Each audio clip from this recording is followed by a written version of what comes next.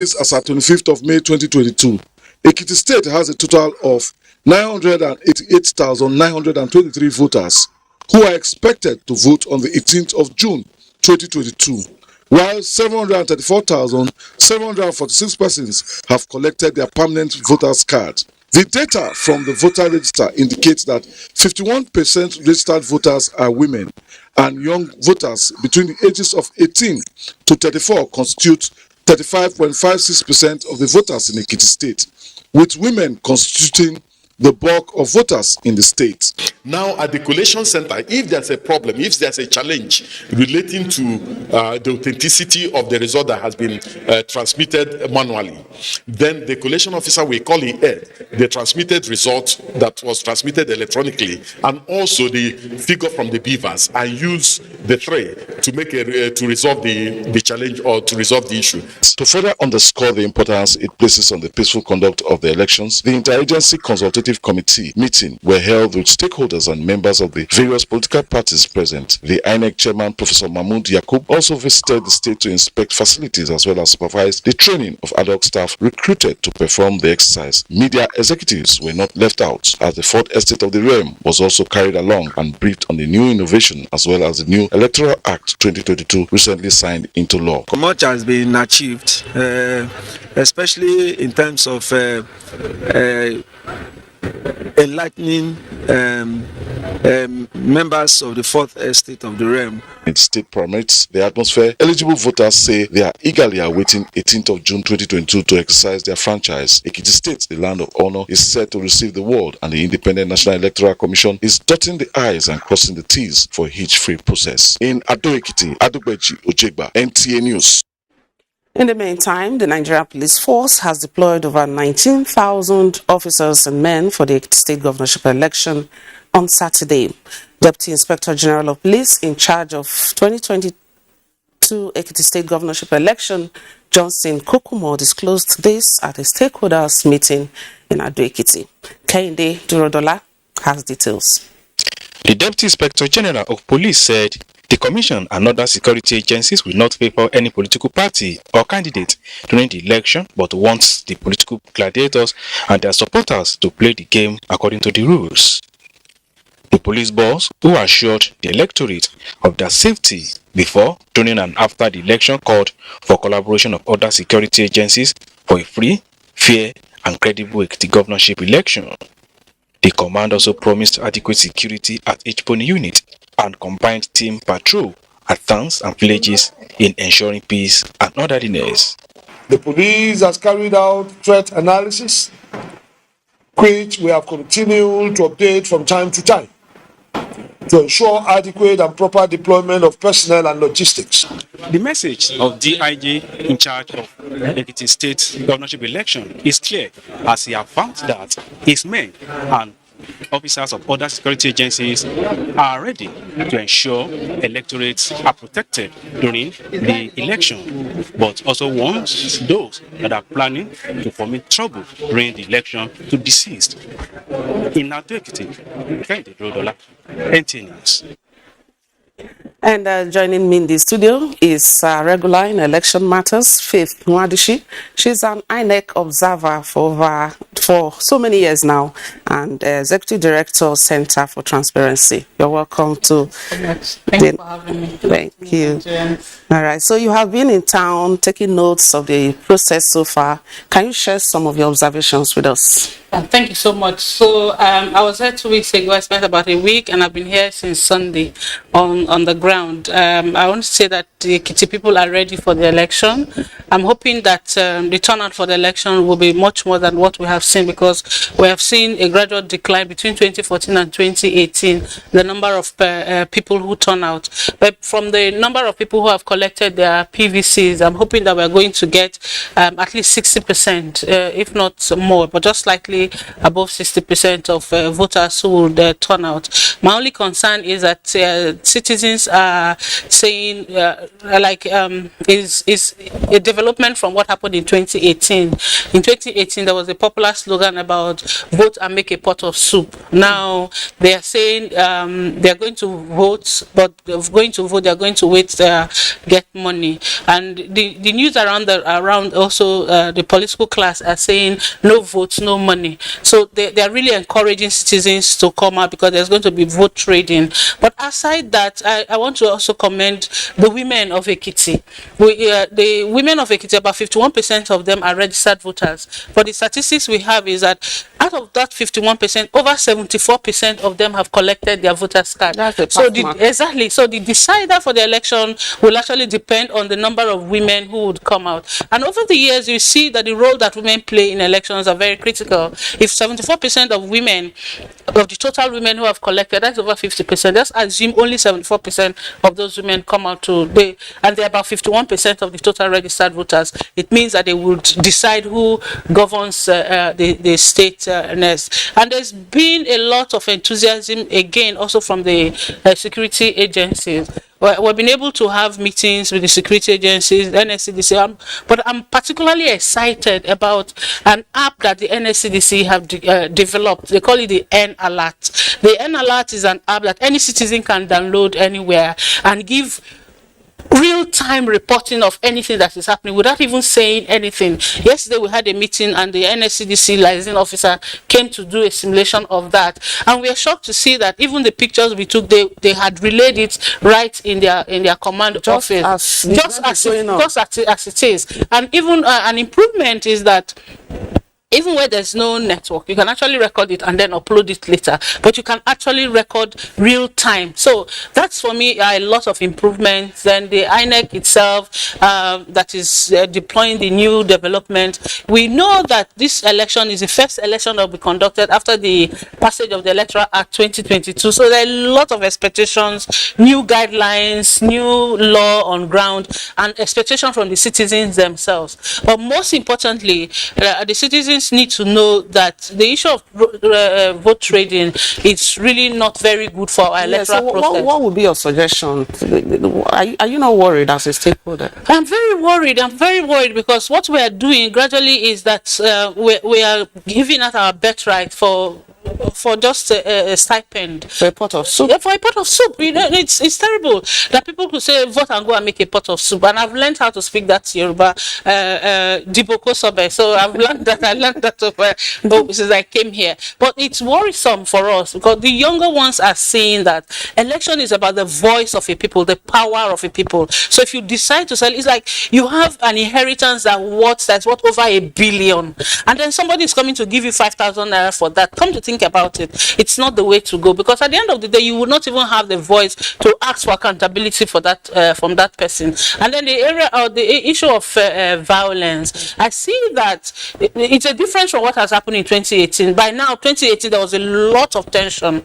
When we came to Ekiti, there were tensions. Even though you have had some reports of violence here and there, it's not as much as what we had in 2018. So, and then there's also better coordination and synergy between the security agencies. In the past, at the other day at the meeting, the Inspector General of Police said they were going to deploy about 17,000 security agencies. In the past, the Inspector General will tell you they're deploying 40,000. And you go to the field, you don't see them. So, but when you look at the 17,000 they're talking about with 245 polling units, it means that they will be giving you at least 7 police officers per polling unit. But however, if we get 4, we are sure that we're going to get 4 police officers at polling unit because there's other strategic areas. Then the NCDC also will deploy about 8,000. But you know the DSS and other agencies would be deploying. So if you add that of the NCDC it's a fair number compared to what you're. So you are very certain, other than the issue of vote buying and the vote selling. Yes, everything is going to be fine. I'm very optimistic because INEC has assured us, security agents have assured us, and citizens also have assured us. I just hope that they don't sell their votes and they come out to do the right thing counting. But again, let citizens know that because of the reforms we are getting in our electoral processes, votes are now counting. People should understand, votes are now counting. So if you don't vote, the reason why politicians are buying votes is because they are counting. If it's not, nobody will want to invest in a place where you cannot get return on investment. Votes are counting and it become an investment. That's what they want, why they want to buy it. So you come out, exercise your power and your voice, ensure that you don't sell your votes. All right, thank you very much, Faith Nwadishi, for that very, very good observations and suggestions. Thank you. All right, moving on now, still talking election matters as Nigeria's political climate heats up to change the course of governance in the next 4 years. A cross-section of Deltans have urged all and sundry to participate in the electoral process by obtaining their permanent voters cards. They bear their minds on why every Nigerian must have PVC.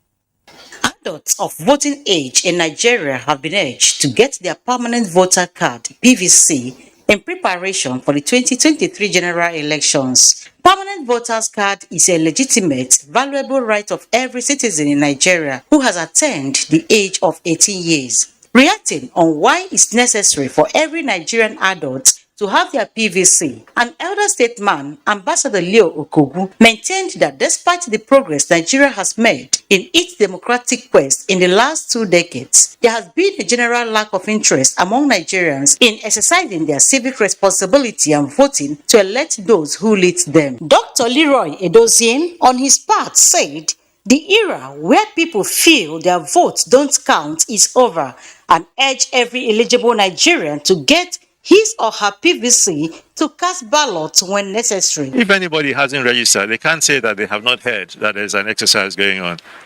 It is just that reluctance.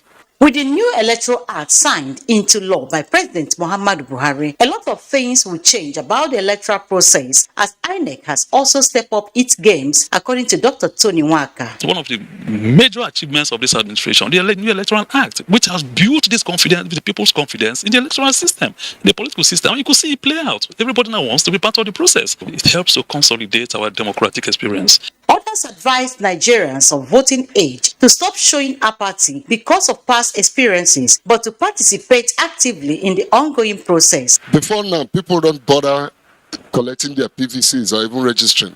1993 is going to be repeated because everybody wants to get their PVC, everybody wants to vote. So this is the time God has set for this country for us to bounce back and have hope again. PVC is a vital instrument for determining the choice of government. In Asaba Chinyere Okoli, NTA News. We'll now take a break. The news continues shortly. The vaccine offers hope for a safe country free of coronavirus. I urge all state governments, traditional and religious leaders to take the lead in the mobilization effort within their environment and spheres of influence. I similarly urge all eligible Nigerians to present themselves and be vaccinated in accordance with the order of priority already mapped out at the various authorized designated centers only.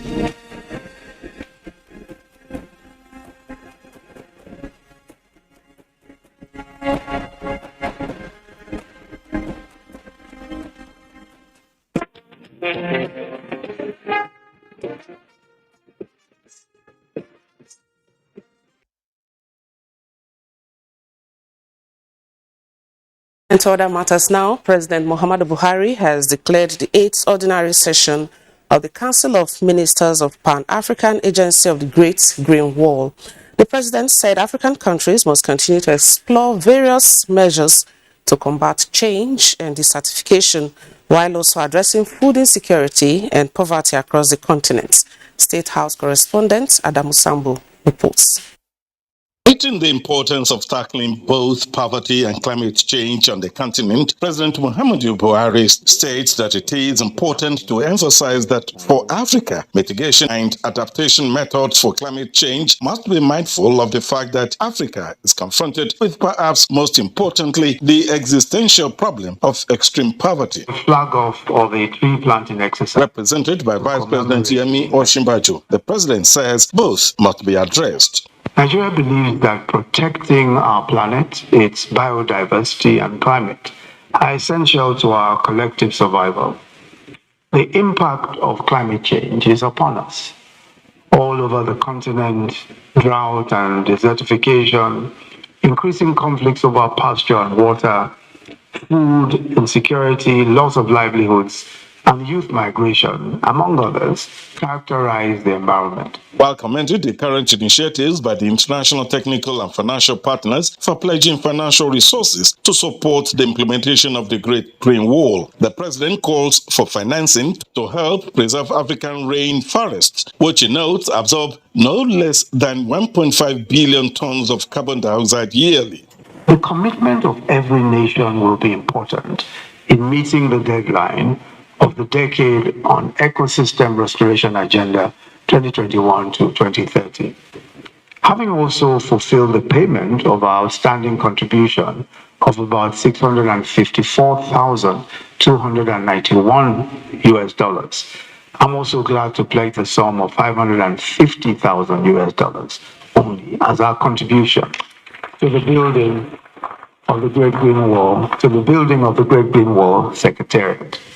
I call on other member countries to follow suit by contributing towards the building of a befitting office for the PAGGW. Amen. Vehicles were also donated by the Nigerian government for the use of the Great Green Wall Secretariat. The president flags off the 2022 tree planting campaign, calling on state governments to replicate the same across their various states so that Nigeria can meet its pledge of planting 25 million trees in the next 2 years. From the State House Conference Center, Jide Onifade, NT News. Jide Onifade there and not Adamu Sambo. And moving on now, strengthening the capacity of religious leaders to unleash their full potential in the fight against HIV was the focal point of a training in Abuja. Elizabeth Omori reports that the complexity of the concept of faith healing was also addressed. UNAIDS global statistics on AIDS reveal that 37.7 million people globally were living with HIV in 2020. This epidemic has continued to be a major public health concern. As Sustainable Development Goal 3 aims to end AIDS before 2030, the global community is not relenting, and one of such efforts is this consultative meeting on treatment adherence by key actors in the fight against HIV/AIDS. Faith leaders must rise to the challenges confronting the church today, especially with respect to reproductive health and HIV. Very important to strengthen that role, to enhance that they help the country as much as possible to achieve epidemic control, ensure that many people are enrolled for treatment, and that we address the issues of stigma and discrimination. So PEPFAR and UNAIDS come together to come up with this idea, which was brought into by our religious leaders globally. Issues bordering on testing, high-risk behaviors, discrimination, and the concept of faith-based healing were also raised. As much as we believe that God can do all things, it is also important that we adhere to treatment, which is the miracle that God has given us at a time like this. With the ARVs, we have our healing. So we should not emphasize on exclusive claims of faith healing in the HIV response. They recommend communal engagement, sensitization at all religious platforms on the epidemic, and behavioral change in lifestyle. In Abuja, Elizabeth Omori, NT News. We'll now take sports update.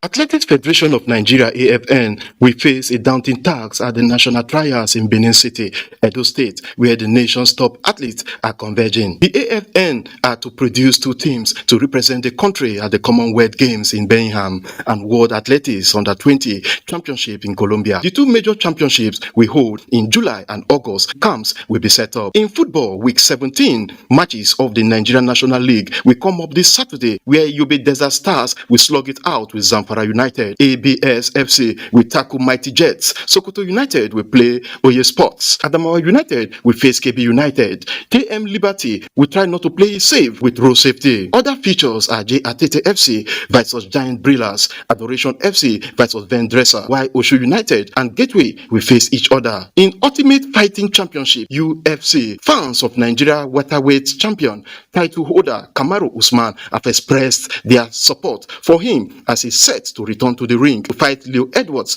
in a rematch fight that will take place in the United States in August this year. This is the second time Usman will face Edwards after defeating him in 2015. Kamaru Usman to go all out, not because he's Nigerian, but because this guy has shown over the years that he's capable of beating anyone that comes his way. Defended it 5 times, one of the best. In boxing, Alexander Usyk says he is ready to defend his title in the rematch fight against Anthony Joshua. The Ukrainian boxing champion was supposed to fight Anthony Joshua next month, but the much anticipated fight was shifted due to the Russian-Ukrainian war. Anthony Joshua is said to be seriously training ahead of the fight scheduled for August 20. With sport update, Peter Oibo, NTA News.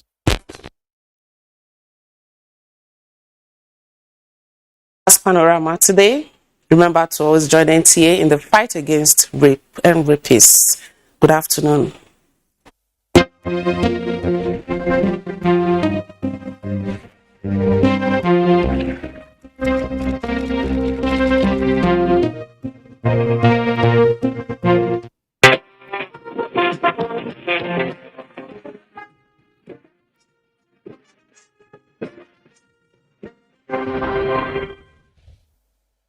News, programs, and the best of entertainment. Tune in to DSTV channel 251, GoTV channel 91, Freeview UK channel 264, or you can download www.visiontv.co.uk.